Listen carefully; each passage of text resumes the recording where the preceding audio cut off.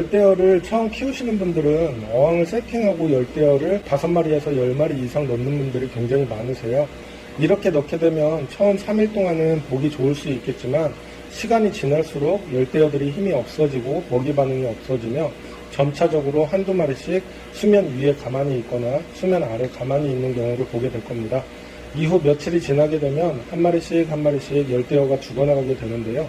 막상 보기 좋으려고 많이 넣었다가 열대어가 죽게 되는 거죠. 또 죽다가 3마리 정도만 남게 되면 안 죽고 잘 사는데요. 그러면 또 열대어를 여러 마리 사서 넣고 같은 상황이 반복하게 됩니다. 처음 시작할 때 열대어를 많이 넣으면 안 되는 이유는 물잡이가 안 되어 있기 때문인데요. 물잡이라 함은 어항에서 박테리아가 생성될 수 있도록 시간을 주는 기간을 말하는데요. 처음 세팅한 어항이나 여과기에는 박테리아가 생성되어 있지 않기 때문에 열대어가 배설하고 나면 독소를 분해할 수 있는 방법이 없는 거죠. 그래서 열대어들이 약해지고 죽어가는 거랍니다. 처음 세팅 시에 몇 마리의 열대어를 넣는 것이 좋을까요? 어항의 크기에 따라서 달라질 수 있는데요. 어항이 30cm 정도로 작을 경우에는 2마리 정도만 넣는 것이 좋으며 45cm의 경우 3마리, 60cm의 경우 4마리 정도를 넣는 것이 좋습니다. 물량이 많아지면 그만큼 독소가 쌓이더라도 버틸 수 있기 때문인데요. 열대어를 알맞게 넣었다면 박테리아제를 넣어서 박테리아가 빨리 활성할 수 있도록 시간을 두고 지켜보는 것이 좋습니다.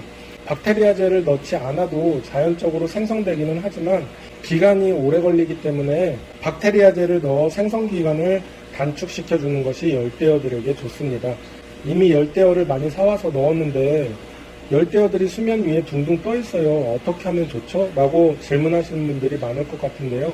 이럴 때에는 어항 안에 독소가 쌓여서 그렇기 때문에 독소를 빼주셔야 한답니다. 독소를 빼는 방법은 환수인데요. 물을 30에서 50% 정도 빼주고 새 물을 채워주시면 독소가 완화가 되는데요. 물잡이가 될 때까지 이 상황을 지속해주며 박테리아제를 투여해서 그나마 열대어를 죽는 것을 최소화할 수 있답니다. 만약 제대로 물잡이 기간을 지속했다면 일주일에 한 번 정도만 10%씩 환수해줘도 문제가 생기지는 않는답니다. 그만큼 물잡이를 해주면 키우는 사람이 편하게 된다는 거겠죠. 이후 일주일이나 2주일이 지나서 열대어를 점차적으로 추가해 주시면 되는데요.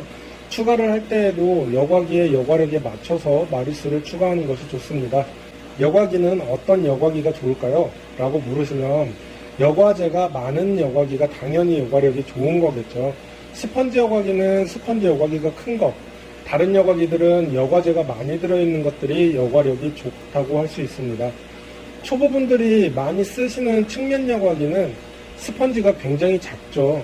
스펀지가 작다라는 것은 그만큼 여과력이 좋지 않다는 것이 되는데요.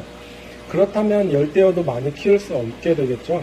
여과력이 좋지 않다면 물잡이가 되고 시간이 지나더라도 열대어를 많이 넣으면 같은 현상으로 열대어들이 수면 위에 떠올라 죽어가게 된답니다. 열대어를 넣을 때 여과기의 여과제량에 맞게 열대어 수도 맞춰서 넣는 것이 중요하답니다. 열대어를 키울 때 2마리를 넣고 시간이 지나서 또 2마리를 넣고 하며 늘리는 것은 굉장히 괴롭고 지키기가 힘듭니다. 왜냐하면 많은 열대어들이 돌아다니는 것을 보고 싶은데 기다려서 넣기란 굉장한 인내심이 필요하기 때문이겠죠.